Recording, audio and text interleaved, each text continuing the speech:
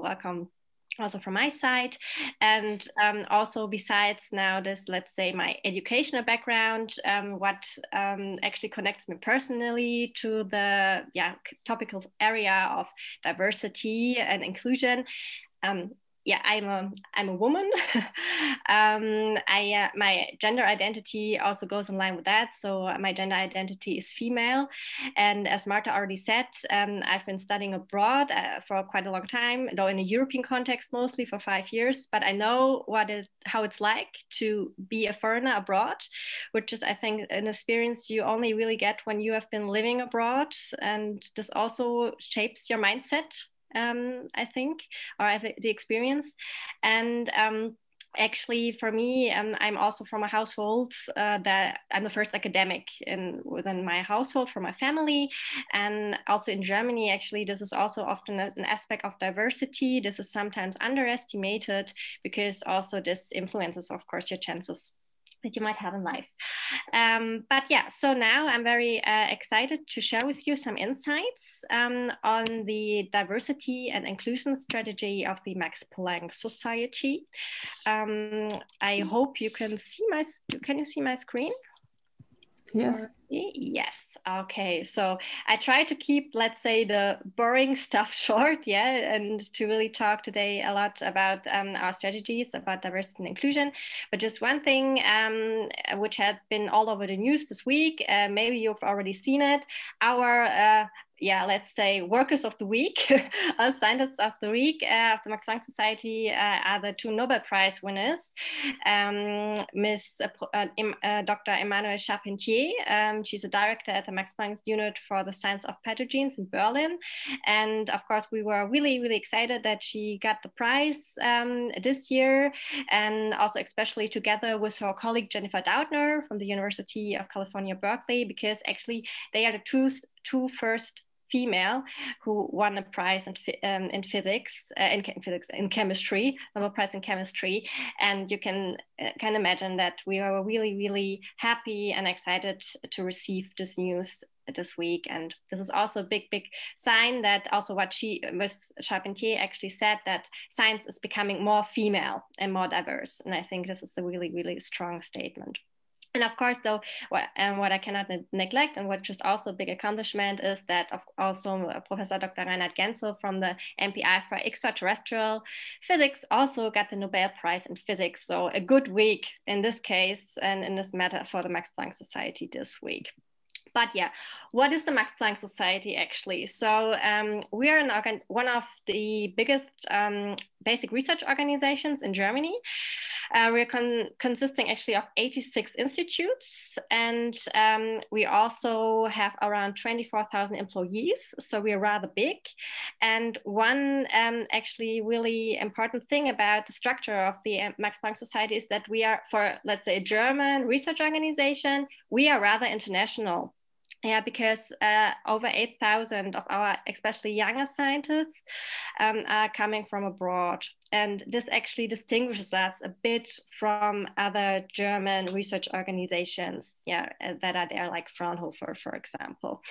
And as you see here, our institutes, they are basically spread all over Germany. Most of them are. I mean, you have some clusters, as you see in the south and around Munich and Garching, or also in Berlin and North Rhine-Westphalia, but there are also some smaller institutes that are more up north, and we're spread all over. And we also have some institutes abroad, like in Europe, in the Netherlands, Italy, but we also have an institute, for example, in the USA, in Florida.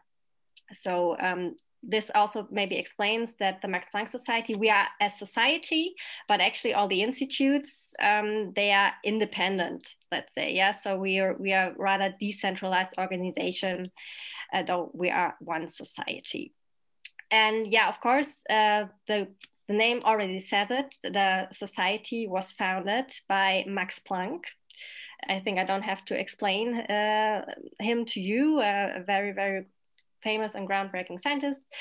in physics. And actually he founded the Max Planck Society to fund cutting edge basic research, to enable it, and also to really enable, let's say, a research environment for scientists in which they can unfold freely. Yeah, so because this is very, very important for basic research, that you do not have a lot of regulations and that you can follow your ideas without major restrictions. Of course, there are always ethical restrictions and all these kind of things, but this was the idea.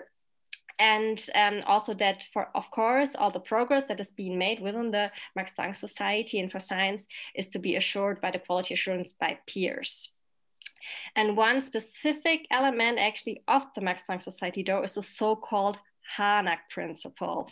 And so the next slide maybe explains this a bit, because actually the Hanak Principle says that we are building, we are hiring a very, very, let's say, excellent scientist. And the institute structure and everything that's in there is actually built around this person.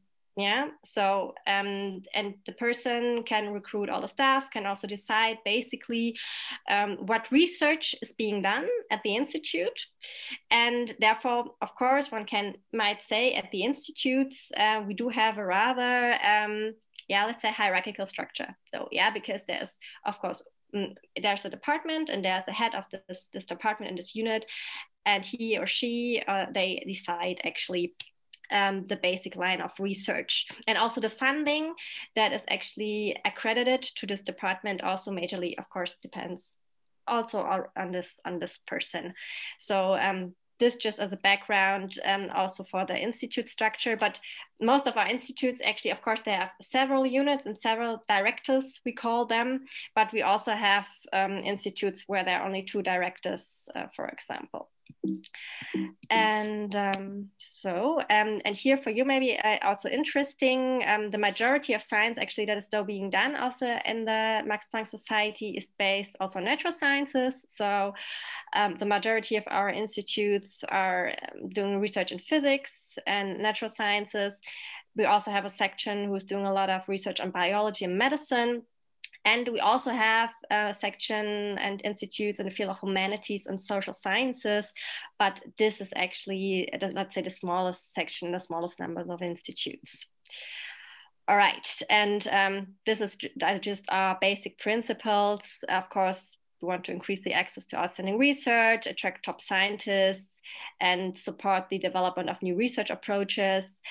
And one key element, though, which is a key value from the very beginning of the Max Planck Society, is actually that internationality and international cooperation is central to the success of research. So you already see that kind of this thought of the need for diversity, and international collaboration was there from the very, very beginning.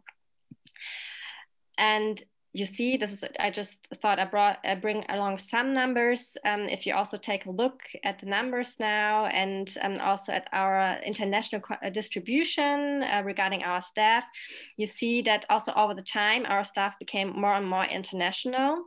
Now around 40% of our directors are not German or are not from Germany. And this really changed over time, you can say, because in the very beginning, the Max Planck Society, also the directors were rather German. Yeah, but this, you really see a change there. And also on the directorate level, it's getting more and more international. And you see at our second highest leadership level, the Max Planck Research Group leaders, actually, we already have 44% of international research group leaders, and this number is also constantly increasing. And actually the biggest group of internationals at the Max Planck Society lays at the postdoc level. Yeah, so there the number of international students is really, really high, 76% almost. And this is, of course, regarding international integration, though, a very, very key area also to concentrate on for us on, because of course these scientists are also with us also mostly for sometimes not such a long time, just 2 to 3 years. And there, of course, this integrational aspect is very, very important. And at the PhD level, also over 50% of our PhD students are from abroad. And the majority, though, of our international staff comes from the EU, followed by students from China, India, the USA and Russia. All right, but now, after all these basic things, now I want to tell you something about the gender and equal opportunity strategy at the Max Planck Society and how it evolved.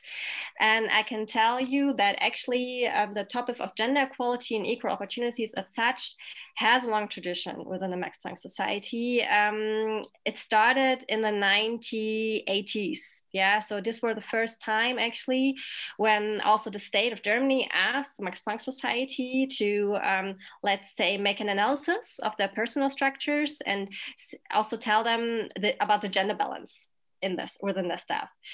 And of course, in these times, not surprisingly, the gender balance was rather biased and rather flinging towards male scientists also. And overall, one has to admit that female participation within the Max Planck Society was not really high. But since then, actually, increasing the participation also, especially of female scientists within the Max Planck Society has been one of the core aims and has been on the agenda. And you can see that also by the fact that we have equal opportunity officers installed at all our institutes. Yeah, so if you're working at an institute, you might know that there are 1 or 2 equal opportunity officers there, and you also have a central equal opportunity officer who's actually also there in case you have any complaints, or is also a bit responsible for the training of our local equal opportunity officers. And actually, since the beginning of 2000s, we also have a so-called self-commitment and hiring quotas to increase the number of female participation, especially in our upper leadership level. But I'll show you some numbers on that later on. So you see that really the self-commitment and the motivation to get more women into science at the Max Planck Society is there for a long time. But of course, diversity, though it started, I have to admit, also like in Europe mostly, this diversity thought started with gender equality. Yeah, so more a stronger focus on supporting women in science.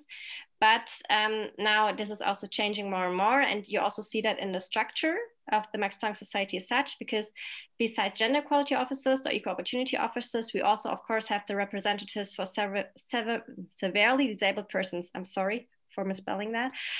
And we also have, of course, the legal quota we have to follow to also try to increase the participation of people with disabilities and maybe impairments at our institutes. And this is also, let's say, increasing on our agenda in an importance. And concerning this international aspect and this high number, of course, also of internationals within the Max Planck Society, we also have a lot of structures like international offices installed, though not everywhere, I have to admit, but there's 80% of our institutes do have international offices and welcome services.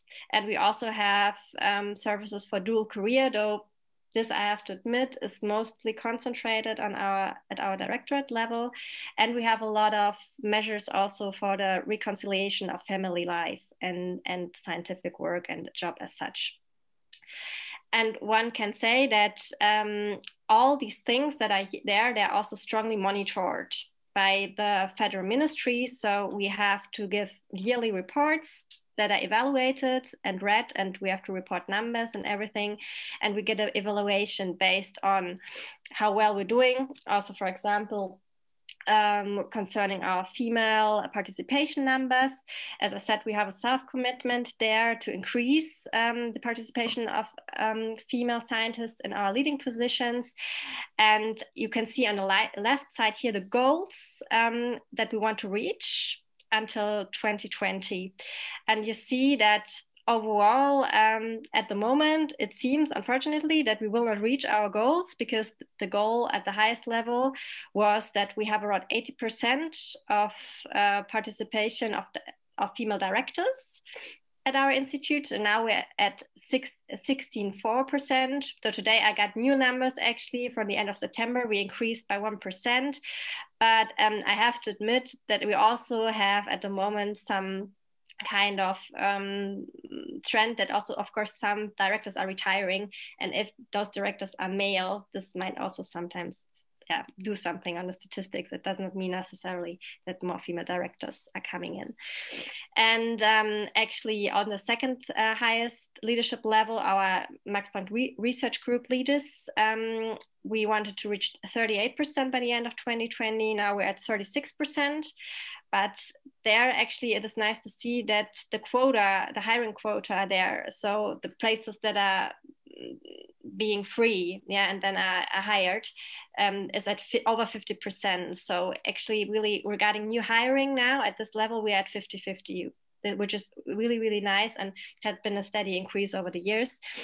And the one then actually leadership level, which is, I have to admit, rather underdeveloped now, and that we also see a leaky pipeline in regard of female participation, because we have been a kind of informal leadership, and our leadership level that was newly introduced in 2017, the so-called group leaders. And there we really see that the participation of female is rather low, and is really even only around 21% at the moment.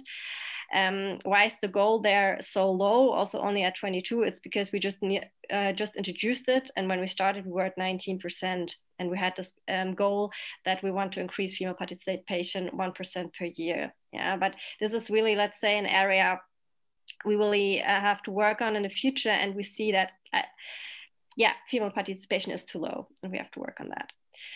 Right. And now I've talked a lot about female participation in science, but of course times are changing, progress is being made, and then especially over the course of the last 2 or 3 years, the thought was, okay, but is the things that we are doing, is it enough? And in addition to that, the people are, those of you who are working at an MPS institute, they will know there was a survey being done on, let's say, the working climate within the Max Planck Society, and also possible discriminative aspects. And there you could really see that still, for example, female scientists had the impression or had reported that they receive less support in their career. And also, especially, we saw that all the international scientists and guests, they don't feel so welcome. So that we have, let's say, we have to do more for our international staff to feel better integrated. And in addition to that, we also had findings like, for example, that the older our staff is, sometimes they feel a bit left behind, meaning that they feel that, let's say, maybe they're not also supported so well throughout regarding their further career development, and also still the reconciliation of work and family life appeared to be still rather an obstacle. And there also a finding was particularly for women. And another finding, though, which was a bit surprising, that especially also our non-scientific staff, what means non-scientific, our staff that is working within our administration and at our managerial level, also feels not well appreciated a lot. And that there's also really a problem regarding sometimes working cultures, so that we see a bit like, at the moment, a separation between, let's say, the working culture in our scientific community and the managerial community. And this is something also we have to work on. And actually, based on these findings, and also claims being made from the community within the MPS, and general, let's say, developments, the Max Planck Society came up with the first diversity understanding in the year 2019. So it's rather fresh, you can say. And actually, this diversity understanding was agreed upon by the leadership only in December 2019. And it was based, of course, on the General Equal Treatment Act. This is actually a law within Germany that has kind of sets the frame for diversity within Germany, because it says you as if you're an employer, you may not discriminate based on gender, age, religion, disability, internationality or the sexual orientation of a person. Yeah. So, and of course, when thinking about introducing this diversity understanding, these basic elements of the General Equal Treatment Act were kind of, put into our diversity understanding, of course, as well, and had to in a way. Though one must say that, for example, gender, or there was often the fear also when before, I think, to introduce such a thing like a diversity understanding, and also sometimes from equal opportunity offices, that if we're introducing such a diversity understanding, maybe the importance of gender would decrease, on the agenda of the organization, of supporting gender equality. And I have to say, this is not the case. So all the things that are taken up within this diversity understanding at an equal level, and it doesn't mean just because now the diversity understanding of the Max Planck Society is officially a bit broadened, that other factors that the Max Planck Society has been focusing on are left behind. So but in addition to that, also besides these legal requirements, the Max Planck Society decided also, based on, of course, scientific findings, international best practices, national best practices, that also social background and education should be part of our diversity understanding, because we're also seeing still that also within the Max Planck Society, let's say, sometimes it's also an organization for people that are coming from academic families, and let's say the majority of people coming from, let's say, a good household is there. And so we also have to question ourselves. I mean, we are an organization, we are funded by taxpayers' money, but we can do more in this regard to ease in participation also maybe of people that might not have been so privileged in this regard. And in addition to that, work and life balance, also based especially on the findings of the Max Planck survey, is also a big factor within our diversity understanding, meaning that we have to do more also to make scientific success and excellence better combinable with the need for of course, childcare is always there. It's a factor, but also, of course, for people who have maybe have to have a person they have to take care of. Also like their parents, or also just saying making working conditions a bit more flexible, so that it's easier to combine your workload with your private life. And because this is also, of course, with people more and more demand, and maybe we can also talk about this later on. And one aspect I already touched upon, this, let's say, break we currently have within our internal working culture between the scientific and the managerial community that we really have to focus on. And the core values of our diversity understanding, of course, are concerning all these, let's say, steps and all these dimensions I just mentioned. Equality of chances, of course, but also especially the intersectionality, meaning that we also now officially regard that a person, for example, cannot only be discriminated based on gender, but of course based also on intersecting factors, that somebody's coming from abroad as well, or whatever, but that you don't do this boxing so much that you say, okay, it's a gender issue, it's an issue of internationality. And so we're following this anti-discrimination approach. And of course, which was, I have to admit, also selling effect, or it's for some people also an effect, let's say, a factor for following diversity is the argument of increasing our international competitiveness and talent attraction, meaning that we just become also more attractive because we see society is changing, and people also want to live or want to work in a working environment that is more heterogeneous and fair. And so this is a factor for this as well.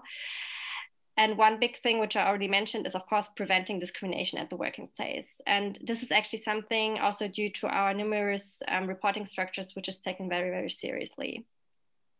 And one thing which is also, let's say, a development, which is, let not say rather new, but is now really well established, is that with this diversity understanding, we want diversity to be a systemic change and an organizational development. And we don't want to have this fixing of the individual approach, meaning that, okay, we do a lot of single programs, yeah, and then those people in the programs, they have to see how they make their way through the system. We have these programs. We have these programs, we have them. But I just want to stress here that this is not, let's say, the agenda for the future. And actually, at the moment, it's not a plan of the Max Planck Society to do more of these kind of programs. Yes.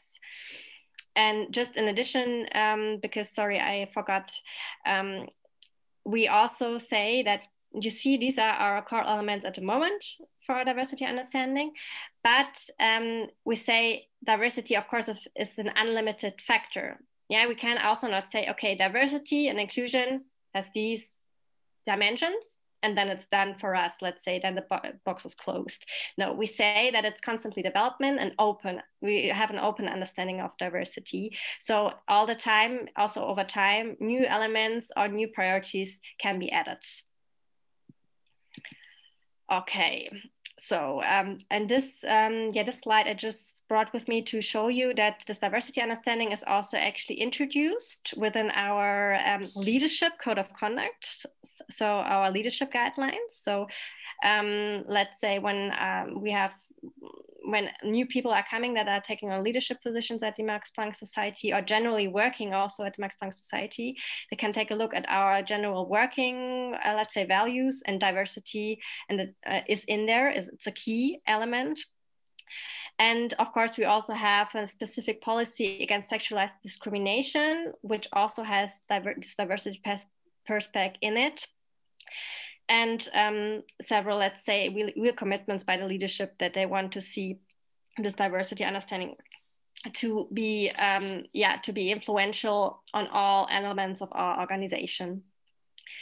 And regarding measures, I will talk about that also on the next slide, but just here we have now introduced a very, very big catalog also of training opportunities, because we also see that in the Max Planck Society, this issue of unconscious bias is often there, like everywhere. And so we are now introducing a big training program for all our employees, but also our leadership.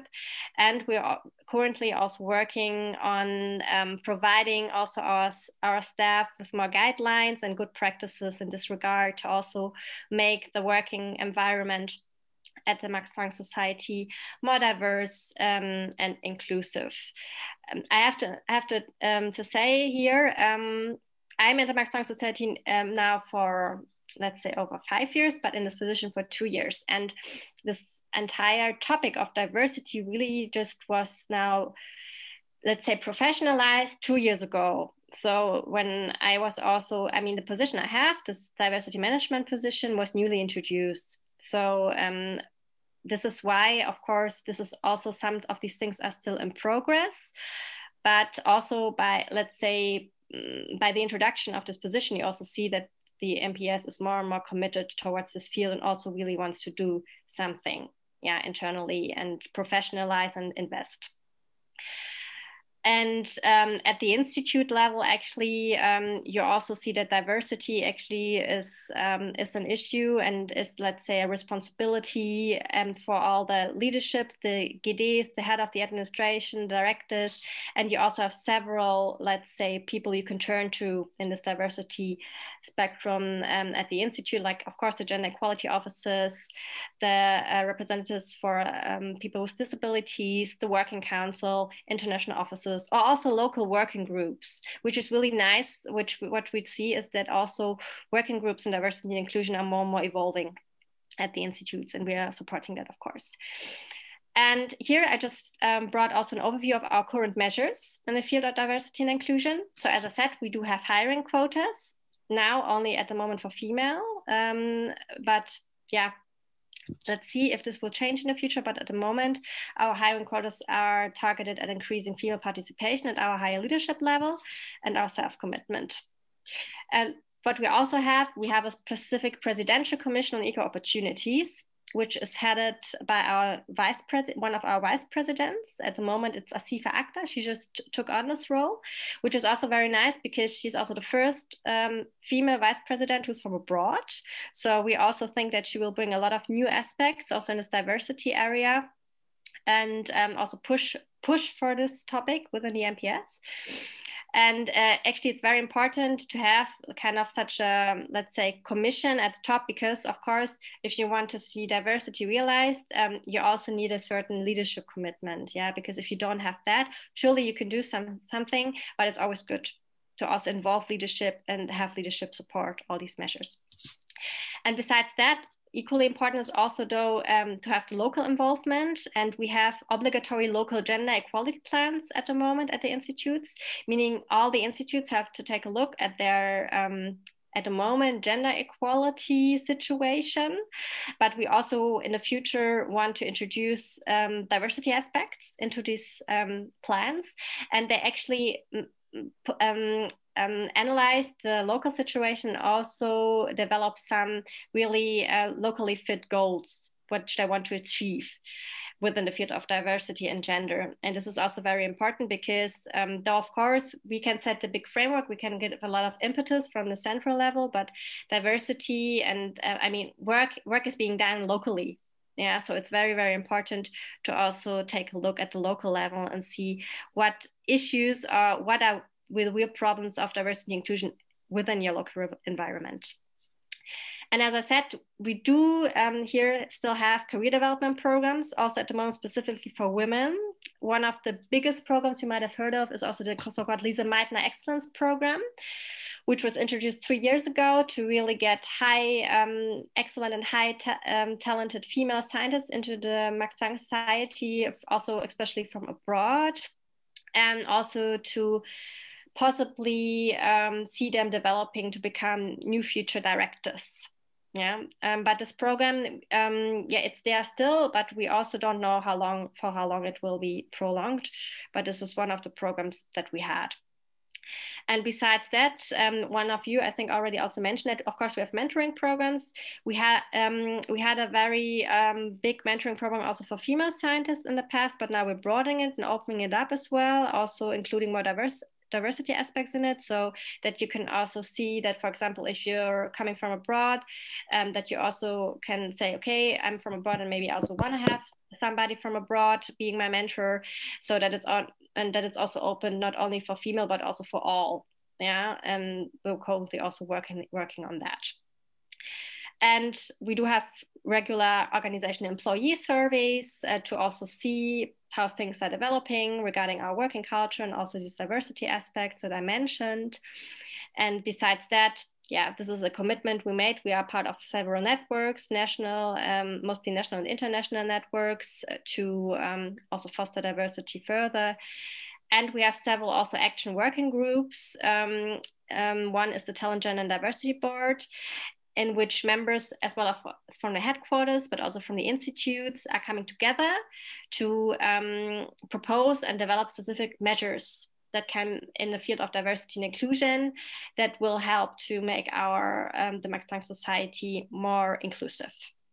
And one element we're discussing there at the moment, this is one of our ongoing diversity and inclusion projects, is a big awareness event on the topic of internationalization and anti-racism, actually. So what we're planning is to do a little roadshow, also do some things, of course, digitally, and to have some talks also on racism within science, and do also some unconscious bias trainings, and to really also bring the aspect of problems that we might have also in our welcoming culture to our institute, but also discuss with the people locally. And this is actually, one of the programs and projects we do have at the moment there. And besides that, some projects we have is also for our non-binary communities. We're currently acknowledging a network that had been developing to strengthen the voice of non-binary employees within the MPS. And we're also currently trying to introduce a field called gender identity within our entire personal systems. And concerning gender, of course, I mean, Corona, there was all, I mean, maybe we can also talk about this later on. There's this big discussion that Corona might also push, let's say, the independence of female back, also due to this reconciliation topic. We are a bit divided about this at the Max Planck Society. We saw that also the Corona crisis led to the fact that scientists also with children had higher responsibilities. And we also introduced and developed a Corona initiative to prevent negative long-term effects now, also specifically on female scientific careers. But we see that, let's say, you cannot only pin this down to this reconciliation thing, because also if it's really the case that, for example, female scientists are suffering more from this Corona crisis, it's also due to general barriers that are still there. Like the lack of being integrated into influential networks, for example, or being granted access. So you cannot pin this down to this children issue, let's say. And this is very important. And besides that, new work is a topic also for us. And we're also having more and more trainings on unconscious bias and diversity management also, because we also want to push these local initiatives more at our institutes in this field. And now I'm turning to Marta. How am I doing regarding time? I think I'm already... Yeah, I think we should stop right now. Yeah. Okay, good. So then I'm stopping, and thank you very much for listening. I hope you're still awake. And a lot of information, but I'm looking forward to your questions and remarks.